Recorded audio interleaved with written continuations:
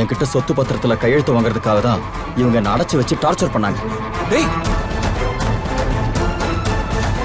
ஆனா கோர்ட் கொடுத்த ஒரு வார கெடு முடிஞ்சா கௌதமுக்கு தண்டனை கிடைச்சிருங்கிறதுக்காக கடத்தன அவங்களே வந்து என்னை காப்பாத்துற மாதிரி நடிச்சு நல்ல பேர் எடுக்க பாக்குறாங்க.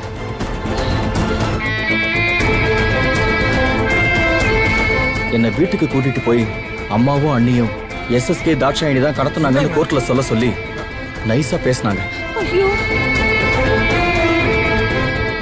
ஆனா நான் முடியாதுன்னு சொன்னேன்.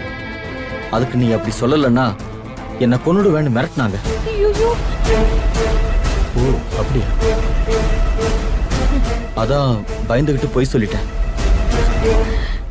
டேய் கார்த்தி, இது அநியாயம். ஏன்டா அப்படி சொல்ற? உன்னை கஷ்டப்பட்டு எஸ்எஸ்கே கிட்ட இருந்து காப்பாத்தினது இலக்கியாவும் ஜானுவும் தான். அந்த நன்றி கூட இல்லாம பேசிக்கிட்டு இருக்கேடா. கௌதம், சைலன்ஸ்.